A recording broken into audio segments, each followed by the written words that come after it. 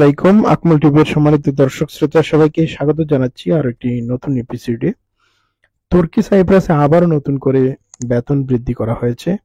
বাংলাদেশিদের জন্য এটা ভালো খবর। পাশাপাশি আমি থাম্বনেইলে আপনারা দেখেছেন যে একটা কিন্তু লিখে দিয়েছি।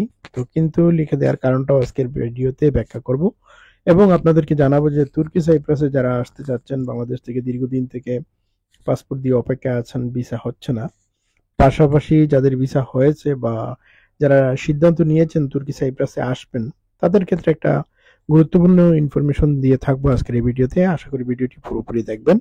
ইনশাল্লাহ আপনার মনের বিভিন্ন প্রশ্ন উত্তর পেয়ে যাবেন আমাদের এই ভিডিও থেকে।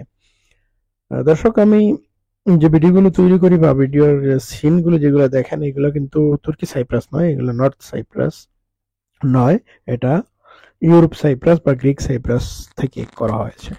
তো যাই হোক, আমি যেহেতু এখানে ছিলাম এই কারণে আমি এখান থেকে আপনাদের সবসময় সঠিক ইনফরমেশন দেওয়ার চেষ্টা করি। তুর্কি সাইপ্রাসে আবারও গভর্নমেন্ট বেতন বৃদ্ধি করেছে। আগে ছিল 32,000, এখন এটাকে 35,000 লিরাতে উন্নীত করা হয়েছে। এখন 32 থেকে 35,800 সামথিং, এক্স্যাক্টলি এটা আমার স্মরণে নাই। তো এইখানে যেটা 35-এর উপরে, এক কথায় 35, তো ধরেন আমরা যদি 35 ধরি, তো এখন বাংলাদেশের সাথে তুর্কির লিরার ব্যবধান হচ্ছে 3 টাকা 49 পয়সা। দ্যাট মিনস আপনি যদি এখন 35,000 টাকা পান, তিন 90 1 লাখ টাকার উপরে এমনিতেই হয়ে যাচ্ছে। আর যদি আপনার বাকি 49 পয়সা হিসাব করেন, তাহলে এটা গিয়ে দাঁড়াচ্ছে টোটাল, এই যে আমি এখানে আপনাদেরকে হিসাবের একটা দিয়ে দিলাম, এখান থেকে দেখে আপনারা বুঝে নেবেন এবং আপনারা সকলেই সচেতন, আপনারা বুঝতে পারছেন। এখন প্রায় 1,35,000 টাকার মতো স্যালারি হয়ে গেছে। এখন আপনারা যারা মিডল ইস্টের বিভিন্ন দেশে বা ইউরোপের এমন কিছু দেশ আছে যেমন রোমানিয়াতে, বুলগেরিয়াতে, সার্বিয়াতে, বসনিয়াতে, আলবেনিয়াতে, এগুলাতে কিন্তু এত স্যালারি নেই। যদি আপনি শুধুমাত্র স্যালারির জন্য তুর্কি সাইপ্রাসকে সিলেক্ট করে থাকেন, এখানকার জীবনযাত্রার মান অনেকটা ইউরোপের মতোই, কারণ এটার পাশের বর্ডারের পাশেই কিন্তু ইউরোপের অন্য দেশ গ্রিক সাইপ্রাস। তো এখানে যদি আপনি শুধু মিডল ইস্টের চিন্তা নিয়ে আসেন যে এখানে আপনি সেটেল হতে পারবেন না, এখান থেকে মুভ করাটাও কঠিন, খুবই কম কেস, যেমন ধরেন 1000-এ 2-1 জন যেতে পারে। যে 100-2-1 জন যাওয়া এক বিষয়, আর 1000-এ 2-1 জন যাওয়া অন্য বিষয়। অর্থাৎ এই দেশটি এখনো গভর্নমেন্ট বা আন্তর্জাতিকভাবে স্বীকৃত না হওয়ার কারণে এদেশের সাথে অনেক দেশের এম্বাসির সাথে যোগাযোগ নেই।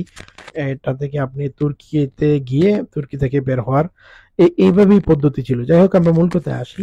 কিন্তুটা যে বলছিলাম, যে কিন্তু হচ্ছে এই প্যাকেজটা বা 35,000 লিরা বেতন হয়েছে, এটা সত্য, এবং আপনার জীবনযাত্রার মানও তেমনি বৃদ্ধি পেয়েছে। যেমন এর আগে যখন 80 টাকা ছিল চিকেনের কেজি, মানে মুরগির কেজি, এটা এখন 120 থেকে 30-এ পৌঁছেছে। এর মানে আপনাকে গভর্নমেন্ট এটা কিন্তু 1 সপ্তাহের জন্য মাঠে ছাড়া হয়েছিল এই প্রস্তাবিত বেতন কাঠামো, এবং এই বেতন কাঠামো নিয়ে তর্ক বিতর্ক হয়েছে এবং 1 সপ্তাহ পরে গভর্নমেন্ট এটা ঘোষণা দিয়েছে। কিন্তু ওই যে কিন্তুটাই হচ্ছে আপনার জীবনযাত্রার লিডিং মানটা এখানে বেড়ে গেছে, আপনার প্রত্যেকটা জিনিসের দাম বেড়েছে, এই কারণে গভর্নমেন্টের পক্ষ থেকে এটা দেওয়া হয়েছে। তো আপনাকে সর্বোপরি আপনার 1 লক্ষ টাকা ঠিকানোটা কঠিন, একটু কঠিন। তা আমি সত্য কথা বলি, অনেকে অবশ্য যারা বিজনেস করেন তাদের হয়তো কষ্ট হতে পারে, তো এটাই সত্য।